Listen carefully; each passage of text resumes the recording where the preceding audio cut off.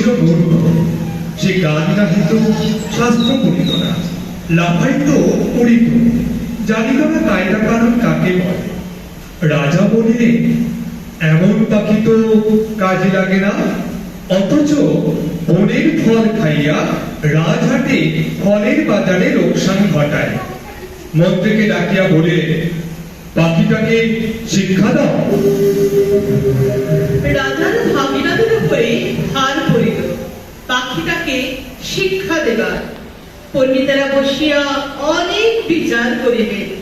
প্রশ্নটা এই, উক্ত জীবের অবিদ্যার কারণ কি? সিদ্ধান্ত হইল, সামান্য খড়কুটা দিয়া পাখি যে বাসা বাঁধে সে বাসায় বিদ্যা বেশি ধরে না। তাই সকলের আগে দরকার ভালো করিয়া খাঁচা বানাইয়া দেওয়া।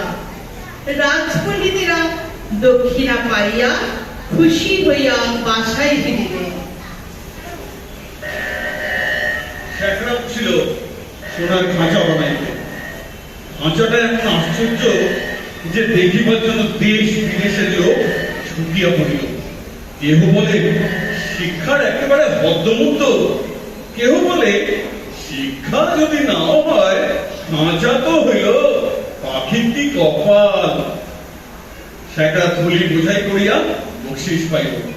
খুশি হইয়া সে তখনই পাড়ি দিল বাইরের দিকে।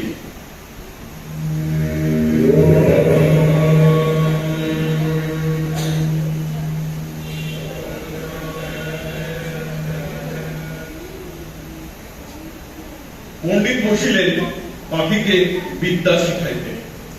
নস্য লইয়া বলিলেন, অল্প পুঁথির কর্ম নয়। ভাগিনা তখন পুঁথি লিখকদের তলব করিলেন। তারা পুঁথির নকল করিয়া এবং নকলের নকল করিয়া পর্বত প্রমাণ করিয়া দিল। যে দেখিল সেই বলিল, সাবাস, বিদ্যা ধরে না। লিপিকরদের দল পারিতোষিক লইয়া বলদ বোঝাই করিয়া তখনই ঘরের দিকে দৌড় দিল। তাদের সংসারে আর টানাটানি রহিল না। অনেক দামের খাঁচাটার জন্য ভাগিনাদের খবরদারের সীমা নাই। মেরামত লাগিয়াই আছে। তারপরে ঝাড়া পোছা পালিশ করার খাটা দেখিয়া সকলেই বলিল, উন্নতি হইতেছে। লোক লাগিল বিস্তর এবং তাদের উপরে নজর রাখিবার জন্য লোক লাগিল আরো বিস্তর। তারা মাস মাস মুঠা মুঠা দংখা পাইয়া সিন্ধু বোঝাই করিল। তারা এবং তাদের মামাতো খুড়তো ভাইরা খুশি হইয়া মুঠাপালায় গদি পাতিয়া বসিল। সংসারে অন্য অভাব অনেক আছে, কেবল নিত্য কাজে যথেষ্ট। তারা বলিল, খাঁচাটার উন্নতি হইতেছে, কিন্তু পাখিটার খবর কেহ রাখে না। কথাটা রাজার কানে গেল। তিনি ভাগিনাকে ডাকিয়া বলিলেন, ভাগিনা, একই কথা শুনি। ভাগিনা বলিল, মহারাজ, সত্য কথা যদি শুনিবেন তবে ডাকুন শেখরাতে, পণ্ডিতদের, লিপিকরদের। ডাকুন যারা মেরামত করে এবং মেরামত তদারক করিয়া বেড়ায়। নিন্দুগুলো খাইতে পায় না বলিয়াই মন্দ কথা বলে। জবাব শুনিয়া রাজা অবস্থাটা পরিষ্কার বুঝলেন, আর তখনই ভাগিনার গলায় সোনার হার চলিল। শিক্ষা যে কি ভয়ঙ্কর তেজে চলিতেছে, রাজার ইচ্ছে হইল স্বয়ং দেখিতে। একদিন তাই পাত্র মিত্র অমত্ত লইয়া শিক্ষাশালায় তিনি স্বয়ং আসিয়া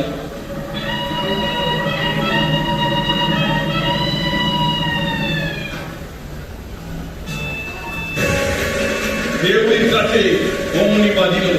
7 ঘন্টা ঢাক ঢোল কাড়া নাকাড়া, তুড়ি ঘেড়ি দামামা কাশি বাঁশি কাঁসর খোল করতাল মৃদঙ্গ জগঝম্প। পণ্ডিতেরা গলা ছাড়িয়া টিকি নাড়িয়া মন্ত্র পাঠে লাগিলেন। মিস্ত্রি, মজুর, শেখরা, লিপিকর, তদারক নবিশ আর মামাতো, পিস্তত, পুত্তত এবং মাস্তত ভাই জয়ধ্বনি তুলিল। ভাগিনা বলিল, মহারাজ, কাণ্ডটা দেখিতেছে?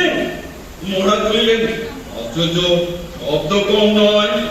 ভাগিনা বলিল, শুধু শব্দ নয়, পেছনে অর্থ কম নাই। রাজা খুশি হইয়া দেউড়ি যেই পার হইতে যাইবেন, যেই হাঁটতে উঠিবেন, এমন সময় নিন্দুক ছিল ঝোপের মধ্যে গা ঢাকা দিয়া। সে বলিয়া উঠিল, মহারাজ, পাখিটাকে দেখিয়াছেন কি? রাজার চমক লাগিল, বলিলেন, ওই যা, মনে তো ছিল না, পাখিটাকে দেখা হয় নাই। ফিরিয়া আসিয়া পণ্ডিতকে বলিলেন, পাখিকে তোমরা কেমন শেখাও, তার কায়দাটা দেখা যায়। দেখা হইল, দেখিয়া বড় খুশি। কায়দাটা পাখিটার চেয়ে এত বেশি বড় যে পাখিটাকে দেখাই যায় না, মনে হয় তাকে না দেখিলেও চলে। রাজা বুঝিলেন আয়তনে ত্রুটি নাই, খাঁচায় দানা নাই, পানি নাই, কেবল রাশি রাশি পুঁথি হইতে রাশি রাশি পাতা ছিঁড়িয়া কলমের ডগা দিয়া পাখির মুখের মধ্যে ধসা হইতেছে। গাত্র বন্ধই, চিৎকার করিবার ভাবটুকু পর্যন্ত বোঝা, দেখিলে শরীরে রোমাঞ্চ হয়। এবারে রাজা হাতিতে চড়িবার সময় কানমলা সর্দারকে বলিয়া দিলেন, নিন্দুকে যেন আচ্ছা করিয়া কান মরিয়া দেয়া হয়। পাখিটা দিনে দিনে অদ্রদস্তুর মতো আধমরা হইয়া আসিল। অভিভাবকেরা বুঝিল বেশ আশাজনক, তবু স্বভাব দোষে সকালবেলার আলোর দিকে পাখি চায়, আর অন্যায় রকমের পাখা ঝটফট করে। এমনকি একদিন দেখা যায় সে তার রোগা ঠোঁট দিয়া খাঁচার শালা কাটিবার চেষ্টায় আছে। কোতোয়াল বলিল, একে বিয়াদবি। তখন শিক্ষা মহলে হাপড় হাতুড়ি আগুন লইয়া কামার আসিয়া হাজির। কি দমাদ্দম পিটানি, লোহার শিকল তৈরি হইল, পাখির দানাও গেল কাটা। রাজার সম্বন্ধীরা মুখ হাঁড়ি করিয়া মাথা নাড়িয়া বলিল, এই রাজ্যে পাখিদের যে কেবল আক্কেল নাই তা নয়, কৃতজ্ঞতাও নাই। তখন পণ্ডিতেরা এক হাতে কলম, এক হাতে সরকি লইয়া এমন কাণ্ড করিল যাকে বলে শিক্ষা। কামারের পশার বাড়িয়া কামার গিন্নির গায়ে সোনা দানা চলিল, এবং কোতোয়ালের হুঁশিয়ারি দেখিয়া রাজা তাকে শিরোপা দিলেন। পাখিটা মরিল, কোন কালে যে কেউ তার ঠাউর করিতে পারে নাই। নিন্দুক লক্ষ্মী ছাড়া রটাইল, পাখি মরিয়াছে। ভাগিনাকে ডাকিয়া রাজা বলিলেন, ভাগিনা, একই কথা শুনি। ভাগিনা বলিল, মহারাজ, পাখিটার শিক্ষা পুরো হইয়াছে। রাজা শুধাইলেন, ও কি আর লাফায়? ভাগিনা বলিল, আরে রাম, আর কি ওরে?